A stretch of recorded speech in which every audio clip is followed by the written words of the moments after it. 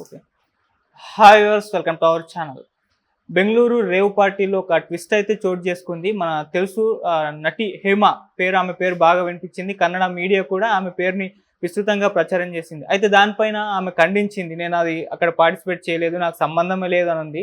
అయితే ఇప్పుడు బెంగుళూరు పోలీసులు అయితే ఆమెకు షాక్ ఇచ్చారంట. అసలు ఏం జరిగింది, ఆమెకు ఎందుకు షాక్ ఇచ్చారు? సో ఇదే అంశం మీద డిస్కస్ చేయడానికి ప్రజెంట్ మనతో పాటు సీనియర్ జర్నలిస్ట్ జయదేవ్ గారు ఉన్నారు. వారితో డిస్కస్ చేద్దాం. సార్ నమస్కారం సార్. నమస్తే అండి. సార్, నటి హేమ పేరు అయితే మనం విన్నాం, కన్నడ మీడియా కూడా విస్తృతంగా ప్రచారం చేసింది. దాన్ని ఆమె ఖండిస్తూ ఒక వీడియో కూడా చేసింది, నాకు సంబంధమే లేదని చెప్పేసి.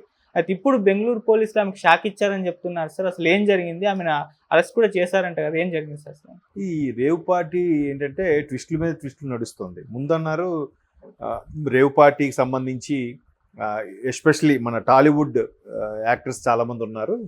అందులో సెకండ్ కేటగిరీ ఎవరైతే క్యారెక్టర్ ఆర్టిస్టులు వాళ్ళు ఉంటారో వాళ్ళు చాలామంది ఉన్నారు. అందులో ముఖ్యంగా శ్రీకాంత్ గారి పేరు కూడా వినపడింది. తర్వాత నటి హేమ గారి పేరు వినపడింది. శ్రీకాంత్ గారు అయితే వెంటనే ఇంటి నుంచి బయటకు వచ్చి నేను అక్కడ లేను బాబు, ఎక్కడ ఉన్నాను అని చెప్పి ఇంటి ముందు ఇంటర్వ్యూ ఇచ్చి నా మీద వచ్చాయి. మేబీ ఎందుకు వచ్చారంటే నాలాగా ఎవరో హెయిర్ స్టైల్తో ఒక ఆయన ఇక్కడ కర్చీఫ్ పట్టుకొని ఉన్నాడు, అది నేను అనుకుని ఉంటున్నారు, నేను కాదని ఆయన క్లారిటీ ఇచ్చాడు. Okay. At the same time అంతకన్నా ముందే నటి హేమ గారు నేను ఎక్కడే ఉన్నాను, నాకు బట్ అలా చెప్పారు, మీరు ఎవరు అపోహపడద్దు, ఇవన్నీ సోషల్ మీడియా కథనాలు అన్నట్టుగా ఆవిడ చెప్పుకొచ్చింది. అయితే ఏ డ్రెస్సుతో అయితే వీడియో చేశారో అవే డ్రెస్తో ఉన్న ఫోటోలు అక్కడ బెంగళూరు పోలీసులు రిలీజ్ చేశారంట. ఈ జనరల్గా నెటిజన్స్ చాలా షార్ప్ ఉంటారు కదా, ఇదేంటిది ఇదే డ్రెస్సు ఇవి పెట్టింది, నేను చుట్టూ పూల మొక్కలు చెట్లు ఉంటుండగా పెట్టింది, ఇక్కడ చూస్తే అదే డ్రెస్తో వీళ్ళు పోలీసులు ఫోటోలు రిలీజ్ చేశారు, ఏది కరెక్ట్? ఉంటారుగా మన వాళ్ళు ఇమీడియట్గా సంబంధించిన స్ట్రింగర్లో రిపోర్టర్లో ఎవరో ఉంటారుగా, వాళ్ళు మాట్లాడితే లేదు సార్ పోలీసులు ఇదే రిలీజ్ చేశారు ఇవే డ్రెస్తో, అవే డ్రెస్తో ఇక్కడ ఉన్నాయి. మళ్ళీ ఎట్లాగా ఇది మళ్ళీ ఆ నోట ఈ నోట మాట్లాడి రీచ్ అయ్యేసరికి ఏ డ్రెస్తో నేను కాదని పెట్టిందో అవే డ్రెస్తో మళ్ళీ ఆ పోలీసులకు ఆ వీడియో రీచ్ అవ్వడం, ఇదేంటిది ఇక్కడ ఉన్నావు దొరికి మళ్ళీ నేను కాదని చెప్తామని చెప్పి ముందు రేవ్ పార్టీకి సంబంధించి ఆ డ్రగ్స్ సీజ్ చేయడానికి సంబంధించి పర్మిషన్ లేకుండా చేసుకోవడానికి సంబంధించి ఇన్ని రకాల సెక్షన్ల కింద బుక్ చేసిన పోలీసులు మళ్ళీ తను ఉండి కూడా నేను లేను అని చెప్పినందుకు ఇంకో కేసు కూడా దాన్ని ఏమంటారంటే అదే బుకాయించడం అంటారు కదా, తెలుగులో దబాయించడం అంటారు. అట్లాంటి దానికి సంబంధించి కూడా రెడ్ హ్యాండ్గా దొరికినప్పుడు కూడా వేశారన్నట్టు ఇంకో కేసు కూడా వేశారని ఇంతకుముందు వచ్చిన వార్తలను చూశాను. మొత్తం మీద అంటే ఇవి చాలా జరుగుతుంటాయండి. వాళ్ళు కర్మ కాలిపోయే దురదృష్టమో లేదంటే వాళ్ళ టీంలో ఎవడో నచ్చినోడో ఎట్లా ఇవ్వడం వల్ల ఏదో మొత్తానికి జరిగింది. రేవ్ పార్టీ అంటే సరదాగా అమ్మాయిలు అబ్బాయిలు కలుసుకొని ఇంకా దానికి ఇంకో నెక్స్ట్ లెవెల్ ఉంటుందండి, అది సెన్సార్ కట్ట మాట్లాడలేము. అట్లాంటి పార్టీలు చేసుకోవడం సహజం, కానీ దాంట్లో ఇవి ఇన్వాల్వ్ అవుతాయి, కొకైన్లు డ్రగ్స్ ఇవి ఇన్వాల్వ్ అవుతాయి. ఇవి ఇన్వాల్వ్ అయ్యేసరికి పరిస్థితి సీరియస్ అయిపోతుంది. ఒకటి డ్రగ్స్ది కానీ అమ్మాయిల విషయం కానీ ఇట్లాంటివి ఇన్వాల్వ్ అయ్యేసరికి ఎవరికైనా రెడ్ హ్యాండెడ్గా దొరికితే ఇష్యూ అవుతుంది. అంతకుముందు కూడా ఒక బుల్లితెర స్టార్ ఇలాగే యూట్యూబ్ స్టార్ ఒక ఆయన వాళ్ళన్నీ కోసం ఎంక్వైరీకి వెళ్తే ఈయన దొరికాడు కదా, ఆయన ఎవరు షణ్ముఖ ఎవరు డ్రగ్స్ విషయంలో దొరికాడుగా ఆయన నేనేదో మనస్తాపం గురయ్యి నేను దీనికి అలవాటు పడ్డాను ఏదో ఆయన ఎక్స్ప్లెనేషన్ చెప్పుకొచ్చాడు, అది వేరే విషయం. అంటే ఆయన ఇంట్లో ఉండి ఆయన మట్టుకు ఆయన ఒకవేళ డ్రింక్ చేసినా పోలీసులకు ఇబ్బంది ఉండేది ఏం లేదు. ఎందుకు ఇబ్బంది ఉండదు? వాడింట్లో వాడు తాగుకుంటున్నాడు, నీకేం నొప్పి? కానీ అక్కడికి వెళ్ళి వాళ్ళ అన్నయ్య కరెక్షన్కి వెళ్ళేసరికి ఇవి దొరికేసరికి ఇష్యూ సీరియస్ అయ్యింది. అది చట్టరీత్యా నేరం కదా. ఇప్పుడు రేవులో కూడా అవే దొరికాయి. వీడియోస్ కూడా అందరూ ఏం చేస్తున్నారు, ఇట్లా చాటుగా ముఖం పెట్టుకొని, కొందరు కాలర్ అడ్డుకు పెట్టుకొని, కొందరు కర్చీపులు కొట్టుకొని, కొందరు చేతులు ఇలా పెట్టుకొని చేయాల్సి వస్తుంది.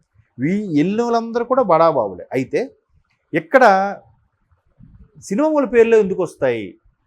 సెలబ్రిటీలు, అందరికీ తెలిసిన వ్యక్తులు, సోకాల్ పెద్ద బిజినెస్ మ్యాన్ ఉంటాడు, 1000 కోట్లకు అధిపతి, వాడు ఎవడికి తెలియదు, వాడు కొడుకు కూడా ఉంటాడు అక్కడ, వాడు దొరికిన వాడికి తెలియదు,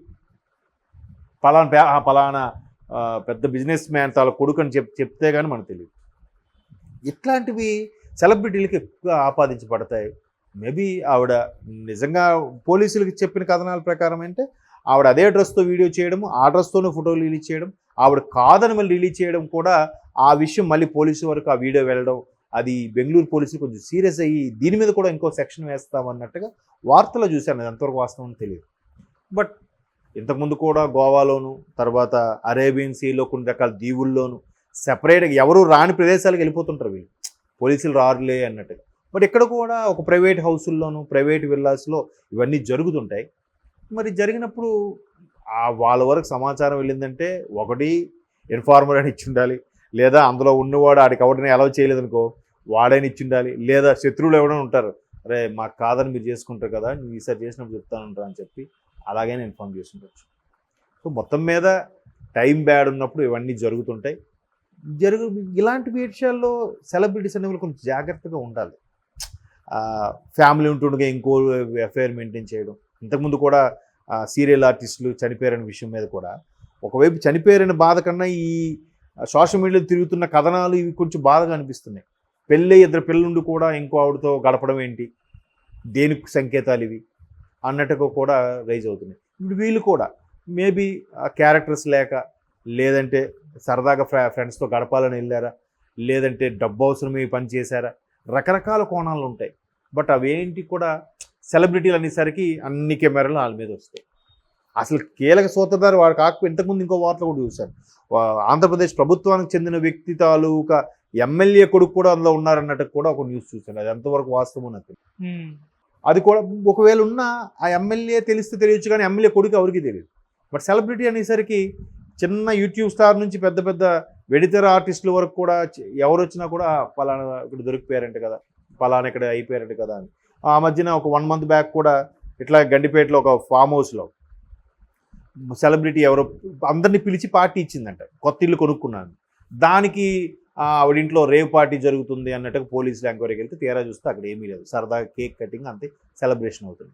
అది ఎంక్వైరీ చేస్తే పోలీసులకు అర్థమైంది ఏంటంటే ఆవిడ ఇంటి ముందు అందరు కార్లు పెట్టాడు, ఆ విల్లాలోకి వెళ్ళే మిగతా వాళ్ళకి కార్ పార్కింగ్ ఇబ్బంది అయిందని ఎవడో పడక్క ఆడికి నచ్చక ఇట్లా అంటేనే పోలీసులు రియాక్ట్ అవుతారనే ఉద్దేశంతో ఇట్లా కంప్లైంట్ ఇచ్చాడట. ఓకే, ఇప్పుడు కూడా ఆల్రెడీ పోలీసులు రిలీజ్ చేశారు ఫొటోస్ అంటున్నారు, కానీ ఏ పరంగా రిలీజ్ చేశారు అది ఇంకా పూర్తి సమాచారం లేదు. బట్ రేవ్ పార్టీ అన్నట్టు మీడియాలో కథనాలుగా వచ్చేస్తున్నాయి.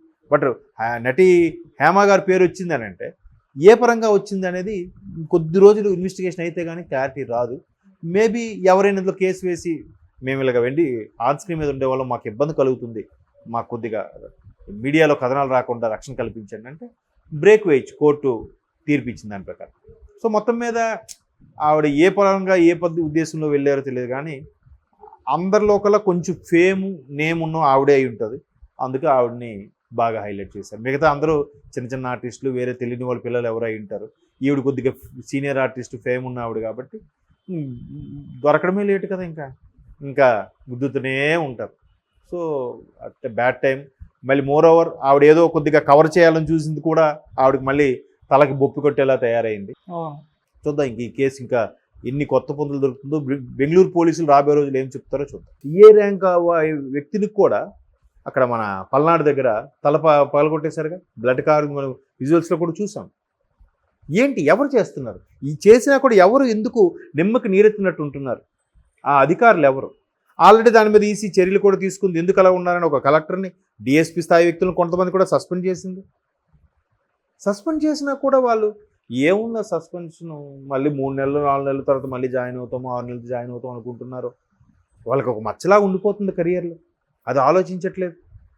ఇలాగ రకరకాలుగా ఇష్యూస్ రావడంతో ఈసీ చాలా అప్రమత్తంగా ఉంటుంది, ప్రతిదీ అప్డేట్ తీసుకుంటుంది. సీసీ ఫుటేజ్ని కూడా పరిశీలించి అబ్జర్వేషన్ని మళ్ళీ రాష్ట్రానికి ఒకసారి పర్యటించాలని చెప్పడం, దీని మీద ఒక సిట్ను వేయడం. ఆల్రెడీ నిన్న సిట్టు స్టార్ట్ చేశారు. ఎక్కడెక్కడ దాడి జరిగిందో ఆ దాడి జరిగిన వస్తువులను కూడా అలాగే ఎక్కడక్కడే ఉంచారంట. ఎవరు ఎక్కడి నుంచి కొడితే రాడ్ అక్కడ పడింది, అండర్ గ్రౌండ్లోకి వెళ్ళిపోయారు, దాక్కున్నారని కూడా వార్తలు వస్తున్నాయి. పిన్నెల్లి గారు బ్రదర్స్ ఇద్దరు దాక్కున్నారని కూడా వార్తలు చూసాం. Thank you so much.